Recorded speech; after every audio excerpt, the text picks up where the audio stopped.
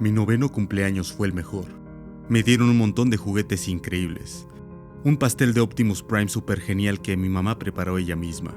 Y un par de walkie-talkies antiguos que mi papá tuvo cuando era pequeño.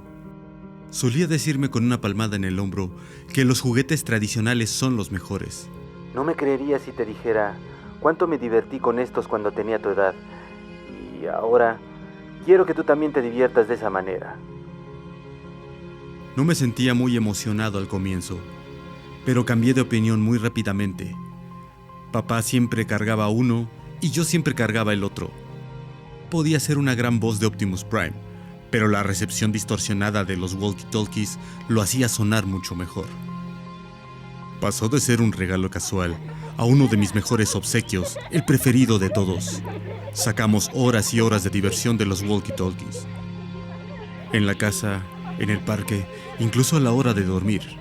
Si alguna vez me sentía asustado por los sonidos que frecuentemente se escuchaban en la casa, solo tenía que levantar el walkie-talkie y presionar el botón de al lado. Y entonces escucharía la voz de mi padre convertido en Optimus Prime, haciéndome sentir a salvo de nuevo. Pero 2 semanas después de mi cumpleaños, algo muy terrible sucedió. Mi padre estaba haciendo que algunos cuartos de la casa fueran a prueba de sonido, para que mi madre pudiera practicar tocando su violín. Y mientras los trabajadores estaban en la casa, el walkie-talkie de mi padre se perdió. Se había esfumado por completo. Lloré por bastante tiempo después de eso. Me había divertido tanto bromeando con mi papá que me entristecía que no fuéramos a recuperar esa diversión. Me dijo que nos compraría un par nuevo más adelante, pero no me hizo sentir para nada mejor. Otro día pasó algo más extraño. Me encontraba en mi habitación jugando con los Transformers que mis padres me habían regalado en mi cumpleaños, cuando escuché que mi walkie-talkie estaba sonando debajo de mi cama. El tipo de pitido que hace cuando alguien está tratando de hacer contacto. Había guardado el walkie-talkie debajo de la cama desde que se perdió el de mi papá, pero solté rápidamente a Bumblebee y a Megatron para buscar el susodicho aparato. Pulsé el botón del costado y escuché la voz de una niñita, probablemente de mi edad, que sonaba muy preocupada. Decía necesitar ayuda. Suplicaba por ayuda. Sonaba como un cachorrito herido. Pregunté nervioso cómo podía ayudarle. En ese momento no me sentía como Bumblebee. Ella siguió haciendo unos sollozos acallados como si estuviera gravemente herida. Decía que el monstruo se había llevado su brazo y antes de eso se había llevado su pierna cuando intentaba escapar.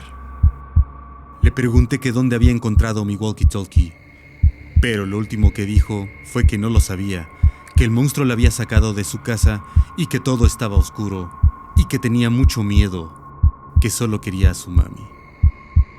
Ahora estaba asustado bastante. La niña debió haber quitado su dedo del botón. No volví a escuchar a la niña. Me pareció que era una de esas bromas tontas, pero tuve el walkie-talkie conmigo solo en caso de que volviera a llamar. Me sentía un poco preocupado por ella. Una semana después, el walkie-talkie empezó a pitar y presioné el botón del costado con un dedo de forma temblorosa.